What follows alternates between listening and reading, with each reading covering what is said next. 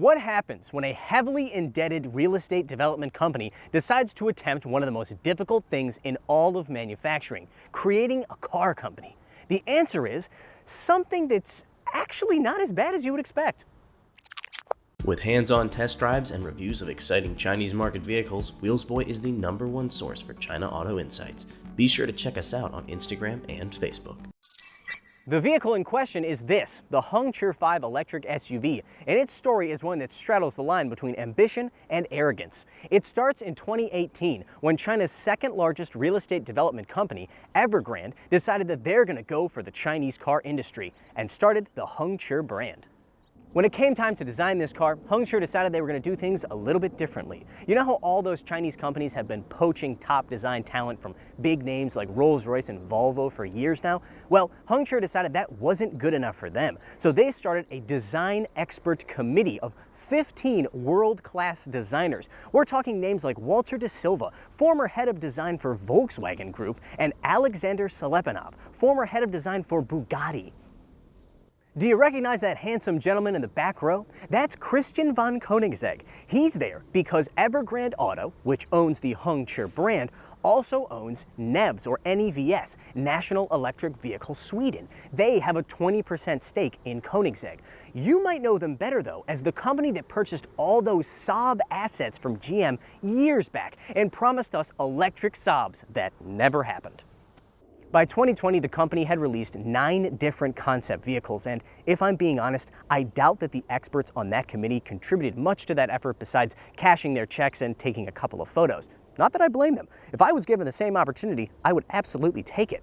The person who was actually given credit for leading the design team for this car wasn't even in that photo. It's Mr. Shiro Nakamura. Mr. Nakamura is a distinguished designer in his own right, having been chief creative officer at Nissan when they made cars like the Nissan Cube, the Leaf, and the R35 GTR.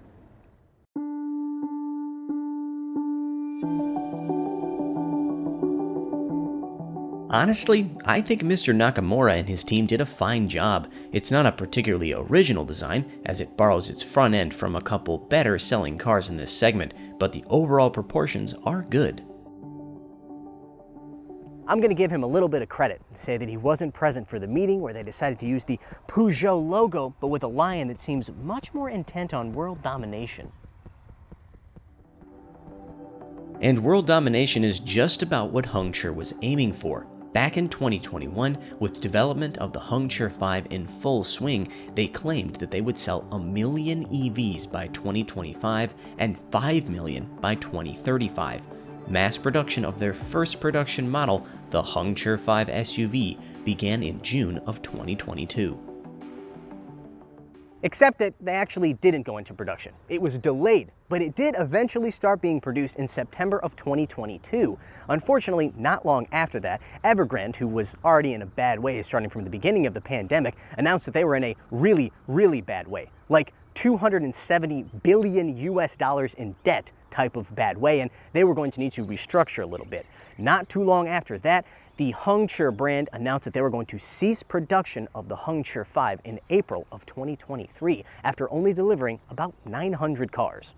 Sad story, I know, but this is ostensibly at least a car review channel, so let's get back to it. This car only came in one trim level, and it cost $25,000 US. That means everything you see here, or almost everything, is standard. That includes heated and cooled front row seats, as well as 3 embedded screens in the style of the Mercedes-Benz Hyperscreen.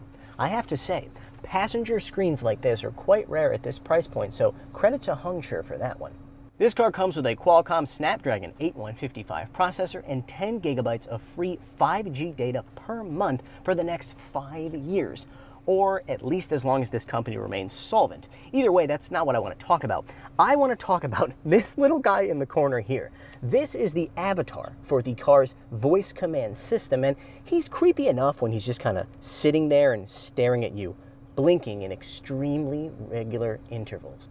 But it's really weird when you hit the button there, you touch him, and it reveals that he is a yoked, shirtless little lion man wearing jeans and Doc Marten boots.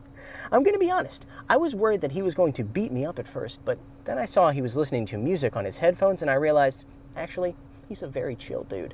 Appealing to the furry community was a bold choice for Hengchi to make, and I sincerely hope that it pays off for them in the long run. Speaking of bold choices, there's some bold choices being made when it comes to materials in this car as well. Take, for example, the kind of wood, kind of not wood pattern on this center console plastic.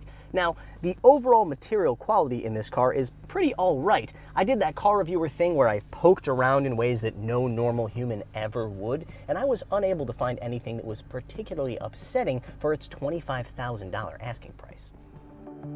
Second row comfort and features are unremarkable, but there is plenty of legroom thanks to a 2.78 meter wheelbase. Cargo space ranges from 468 liters with the seats up to 1,417 liters when you fold them down.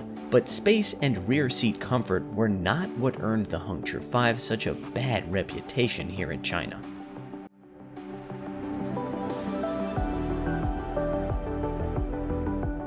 Truth be told, when this car hit the market, it was met with some scathing reviews from Chinese media who referred to it as half-baked.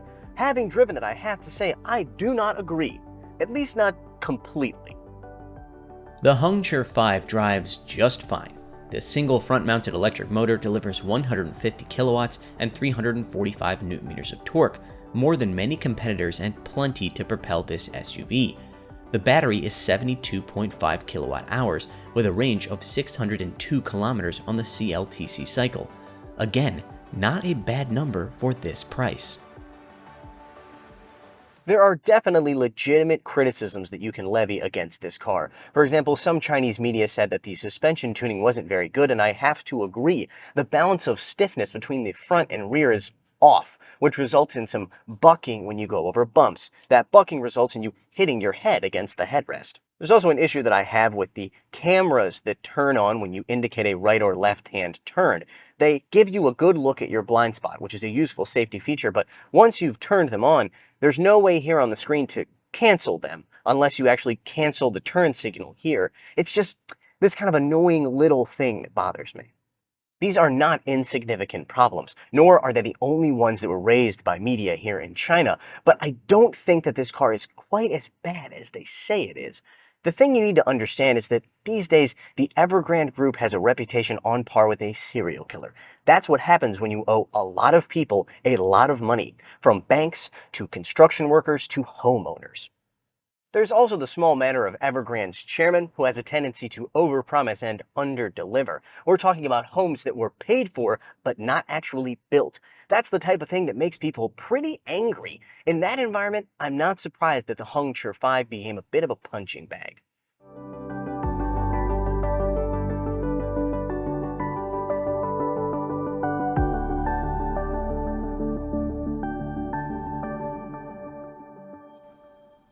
But this story does have a bit of a happy ending, because as of the filming of this video, Hengchi has resumed production of the Hengchi 5. Does that mean that you should all rush out and buy a Hengchi 5 if you can? Absolutely not! This thing is already not particularly competitive, but the real reason you shouldn't buy one is because the company behind it is about as stable as a sandcastle at high tide. All I'm trying to say is, if everything goes belly up, you can't blame it all on the poor Hengchi 5.